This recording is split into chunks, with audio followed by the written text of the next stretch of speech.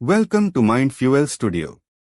Today, we move forward with It Ends With Us, Chapter 4. Lily's journey is becoming more complicated. Emotions are rising. And the lines between right and wrong are starting to blur. Something feels different now. And the story is taking a powerful turn. Let's begin.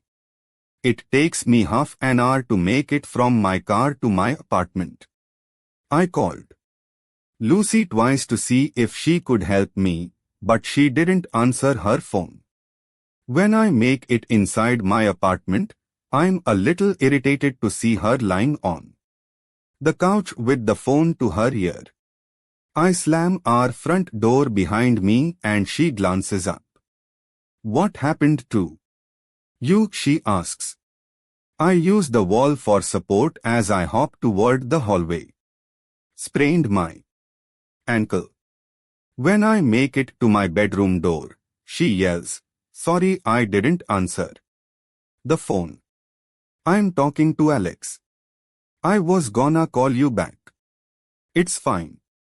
I holler back at her, and then slam my bedroom door shut. I go to the bathroom and find some old pain pills I had stuffed into a cabinet. I swallow 2 of them, and then fall onto my bed and stare up at the ceiling.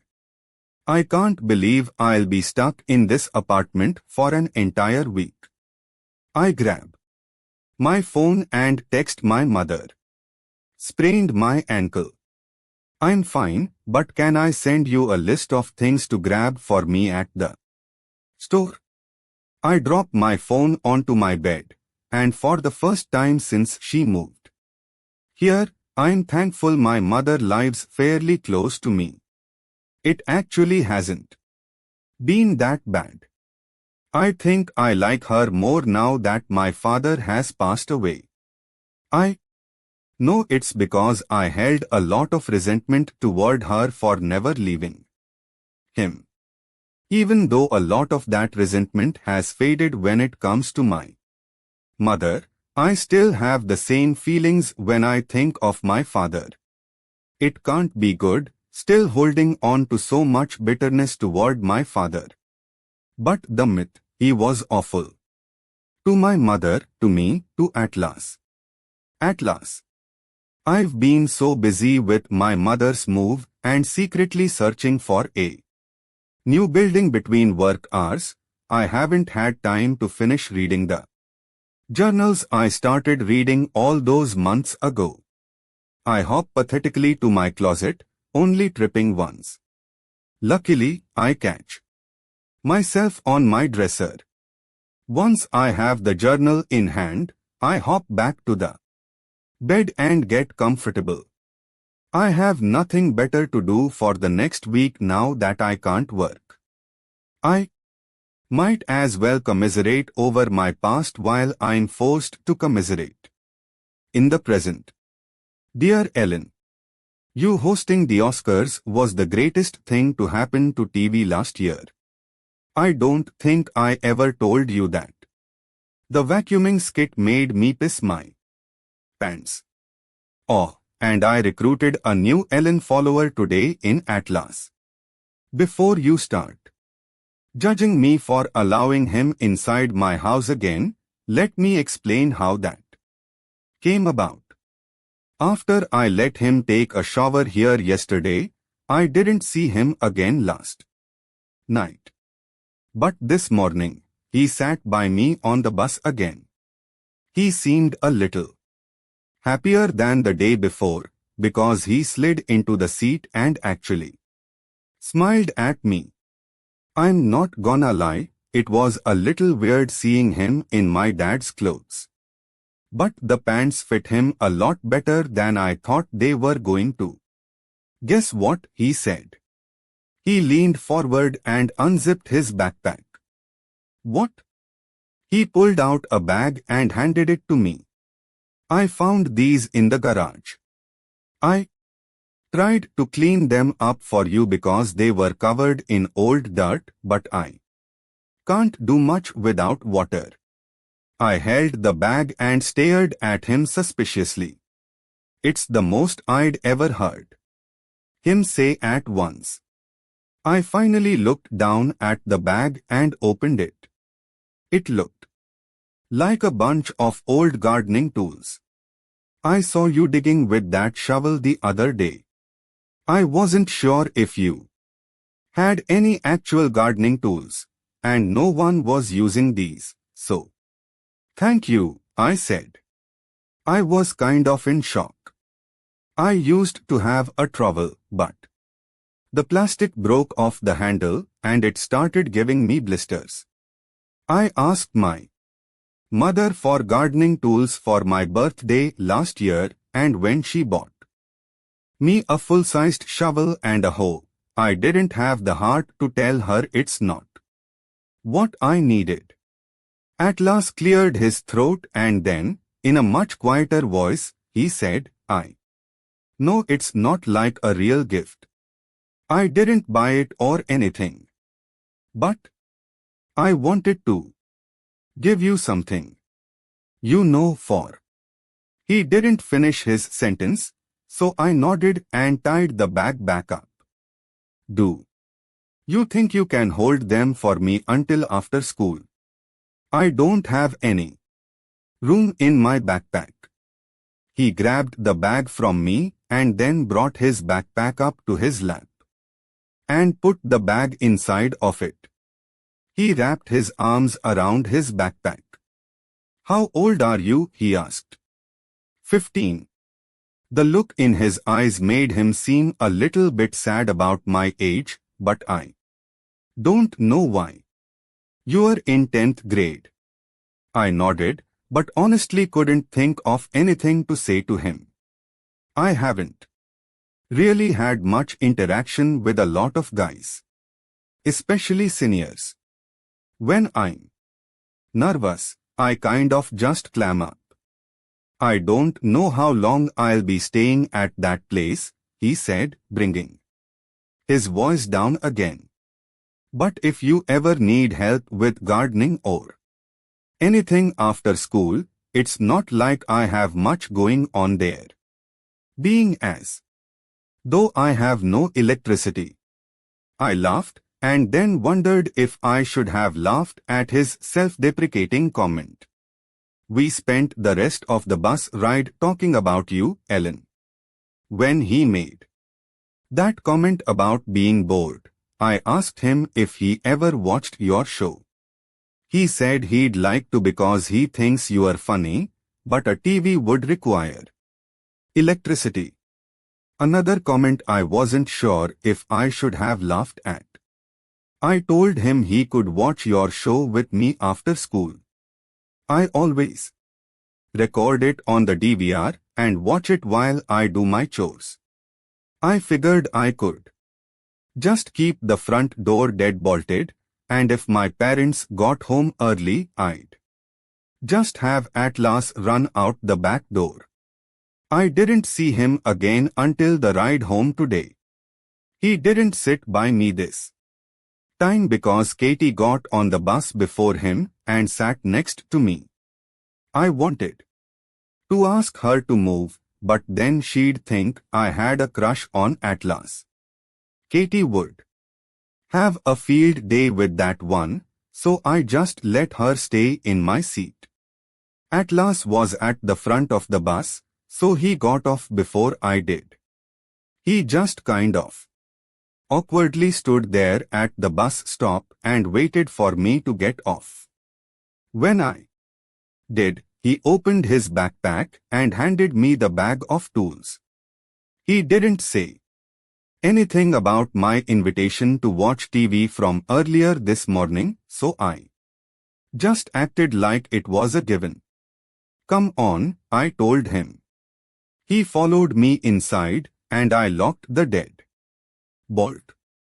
If my parents come home early, run out the back door and don't let them see you. He nodded. Don't worry. I will, he said, with kind of a laugh. I asked him if he wanted anything to drink and he said sure. I made us a snack and brought our drinks to the living room. I sat down on the couch. And he sat down in my dad's chair.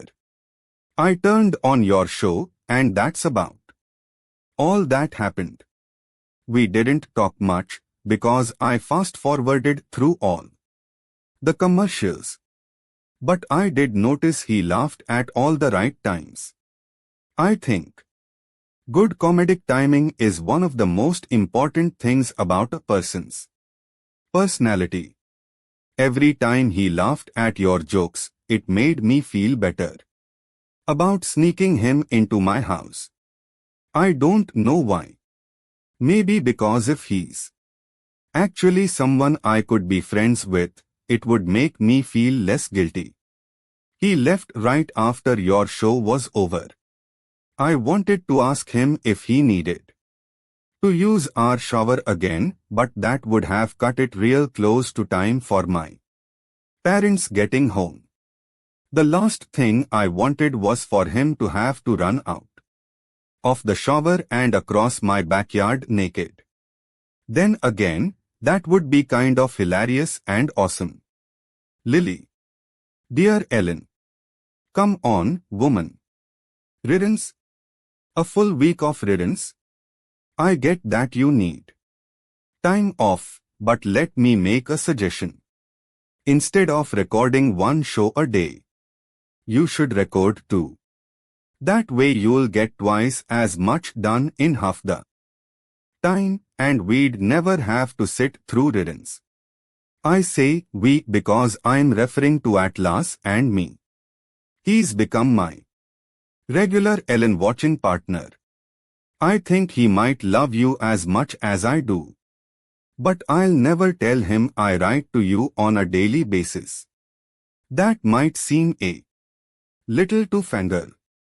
He's been living in that house for 2 weeks now. He's taken a few more showers at my house, and I give him food every time he visits. I even wash his clothes for him while he's here after school. He keeps apologizing to me like he's a burden. But honestly, I love it. He keeps my mind off things, and I actually look forward to spending time with him after school every day. Dad got home late tonight, which means he went to the bar after work. Which means he's probably going to instigate a fight with my mother. Which means he'll probably do something stupid again. I swear, sometimes I get so mad at her for staying with him. I know I'm only 15 and probably don't understand all the reasons she chooses to stay, but I refuse to let her use me as her excuse. I don't care if she's too poor to leave him, and we'd have to move into a crappy apartment and eat ramen noodles until I graduate. That would be better than this. I can hear him yelling at her right now. Sometimes when he gets like this, I walk into the living room, hoping it'll calm him down. He doesn't like to hit her when I'm in the room. Maybe I should go try that. Lily. Dear Ellen. If I had access to a gun or knife right now, I'd kill him.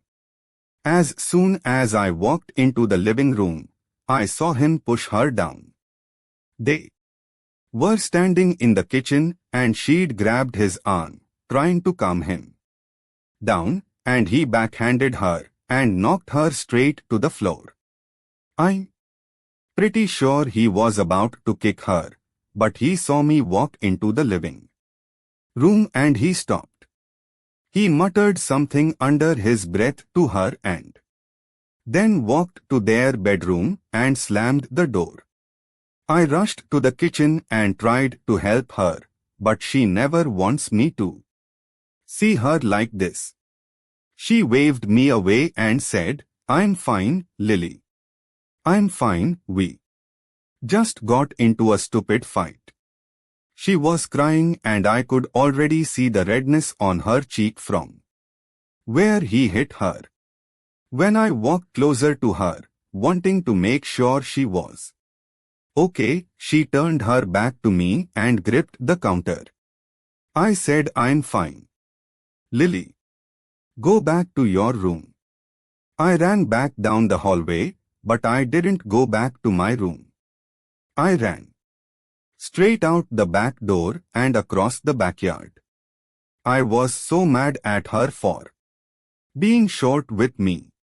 I didn't even want to be in the same house as either of them, and even thought it was dark already. I went over to the house Atlas was staying in, and I knocked on the door. I could hear him moving inside, like he accidentally knocked something over. "It's me, Lily," I whispered. A few seconds later the back door opened, and he looked behind me, then to the left and right of me.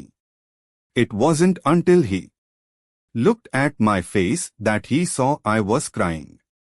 "You okay?" he asked, stepping outside.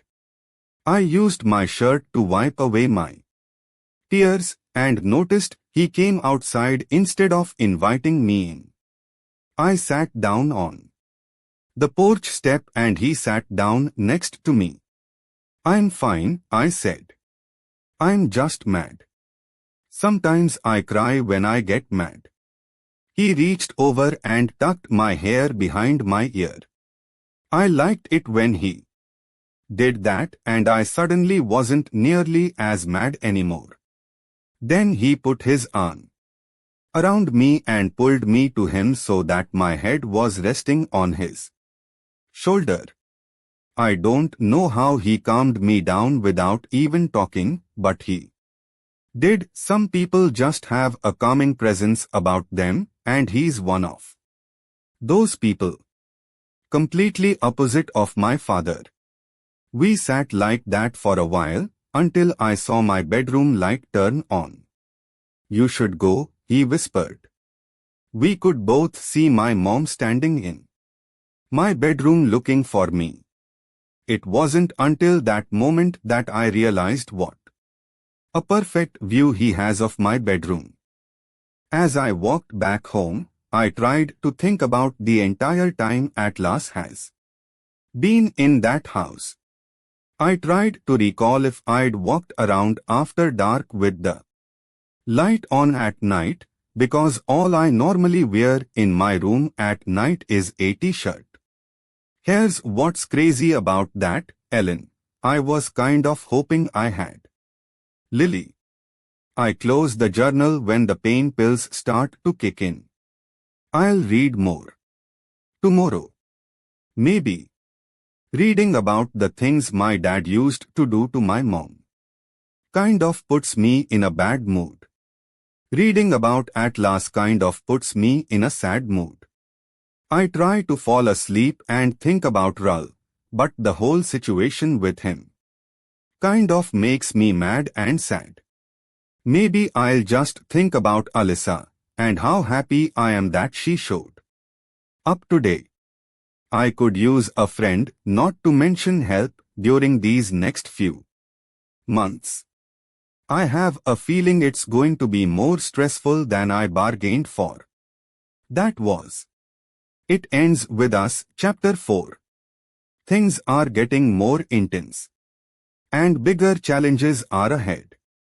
If you enjoyed this, don't forget to like and subscribe.